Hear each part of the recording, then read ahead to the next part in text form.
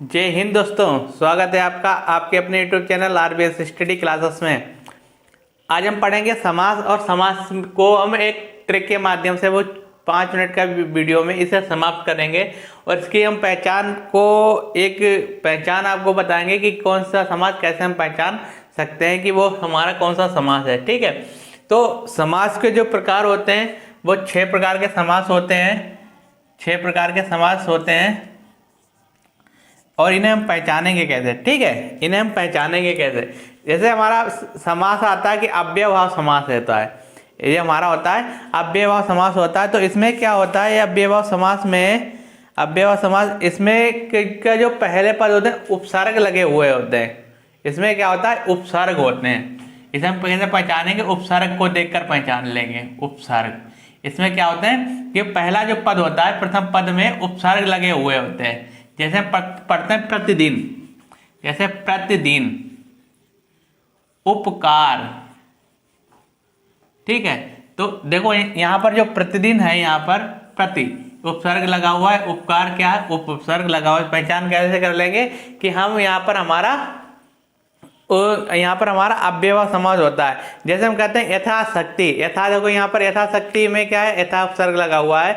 यथा स्थान होता है, ध्यान पूर्वक होता है, अनजाने, प्रतिकूल, भरपेट। तो इस टाइप के जो अगर शब्द होते हैं वो हमारे अव्ययभाव समास के अंतर्गत आते हैं। दूसरा हमारा जिससे आता है कर्मधारय समास, से हम कैसे पहचानेंगे। तो कर्मधारय समास में क्या होता है कि इसमें विग्रह करने पर, इसे जब विग्रह करते हैं तो इनके बीच शब्दों के बीच जो के समान शब्द आते हैं। इनके विग्रह करने पर, विग्रह करने पर जो के समान शब्द आते हैं। ठीक है, जो या के समान इसमें क्या आते हैं, शब्द आते हैं। तो वो हमारा क्या कहलाता है, कर्मधारय समास कहलाता है। वो हमारा क्या कहलाता है, कर्मधारय समास कहलाता है। जैसे हम कहते हैं कि नीलांबर, यानी नीलांबर, नीला है जो अंबर। जैसे हम कहते हैं नीलांबर, नीलांबर,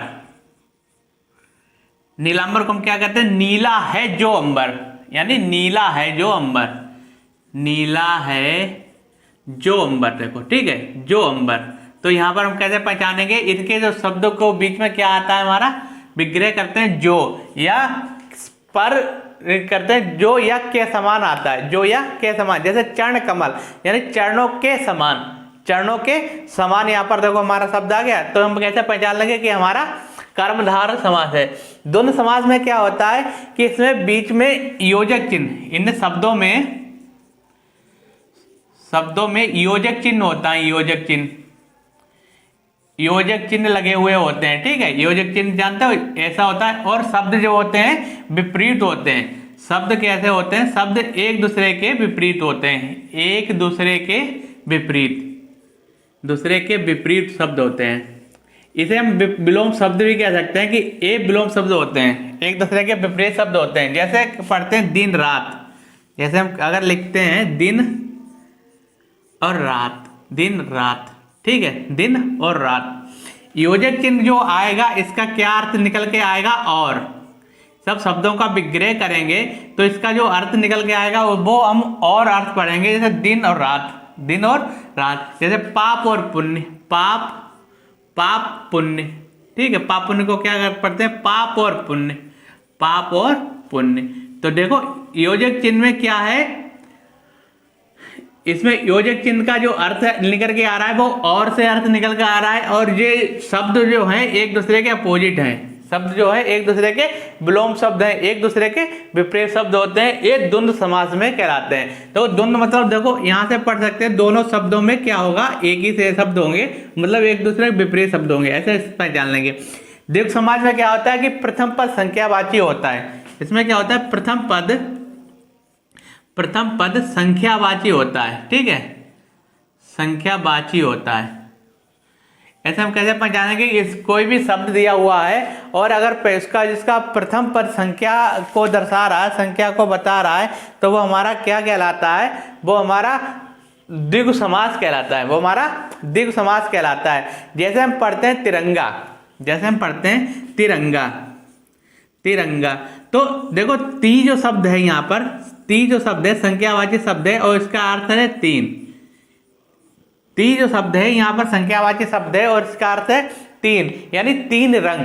3 रंग किसमें होता है? तिरंगे में कहलाते हैं। 3 रंग तिरंगा कहलाते हैं। जैसे एक तारा, 2 गुना, 2 पहर, त्रिभुवन, ठीक है, त्रिदोष, तिकोना, चौमास, चारपाई, पसेरी, अष्टभुज, सप्ताह। तो ये हमारे क्या शब्द है? ये हमारे द्विगु समास के अंतर्गत शब्द आते हैं। और इसमें क्या होता है? पहला पद हमारा कैसा होता है? संख्यावाची शब्द होता है। पहला पद हमारा संख्यावाची शब्द होता है, इसीलिए द्विगु समास। फिर आता है हमारा बहुव्रीहि समास। बहुव्रीहि समास में क्या होता है कि जो शब्द दिया होता है, जो शब्द दिया होता है, वो शब्द का जो अर्थ होता है वो किसी तीसरे के लिए बताया जाता है। जो शब्दों का अर्थ होता है, इसमें क्या आता है? शब्द का अर्थ जो है तीसरे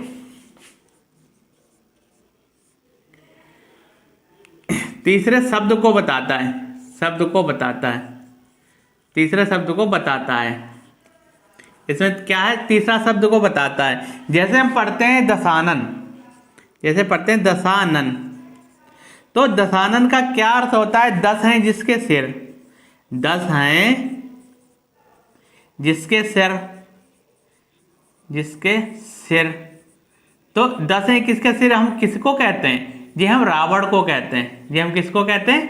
जी हम रावण को कहते हैं। 10 हैं जिसके सिर, जिसे हम किसे कहते हैं? रावण को कहते हैं। तो यहाँ पर जो दशानन शब्द होगा वो हमारा बहुव्रीहि समास होगा। और इसमें एक बहुव्रीहि समास क्या होते हैं? ये पर्यायवाची शब्द होते हैं। जो भी पर्यायवाची शब्द हैं वो बहुव्रीहि समास के अंतर्गत आते हैं। जितने भी पर्यायवाची शब्द हैं वो बहुव्रीहि समास के अंदर आते हैं।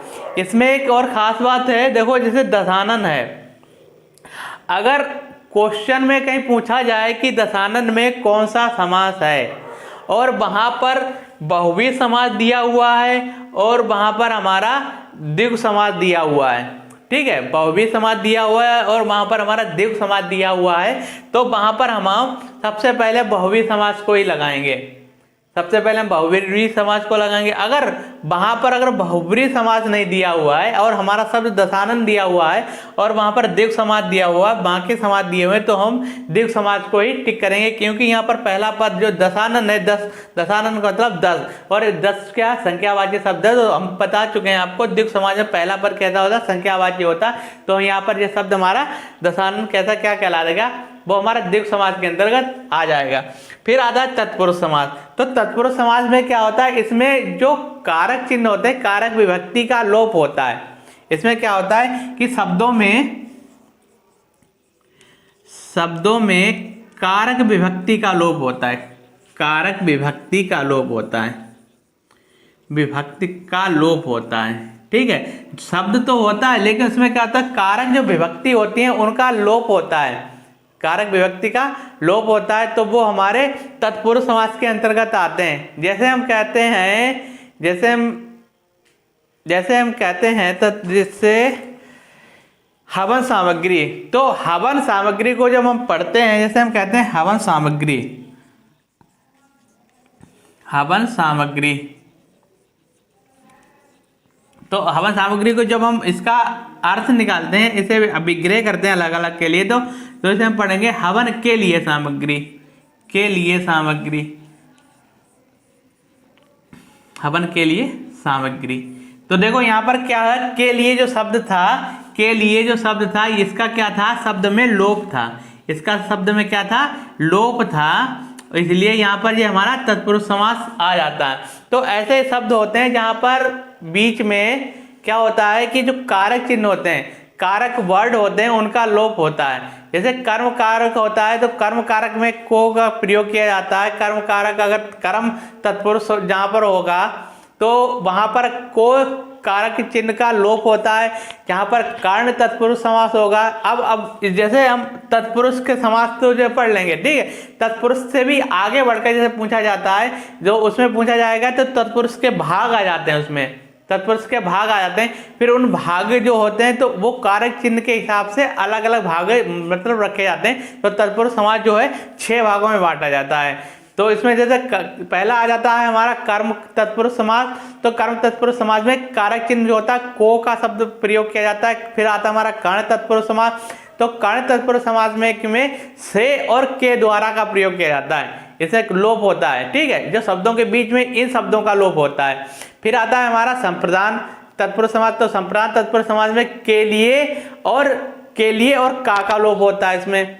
फिर आता है हमारा अपादान। तो अपादान में से का लोप होता है, लेकिन जो से शब्द होता है वो अलगाव के लिए प्रयोग किया जाता है, वो अलग करने के लिए, किसी चीज को अलग करने के लिए प्रयोग किया जाता है।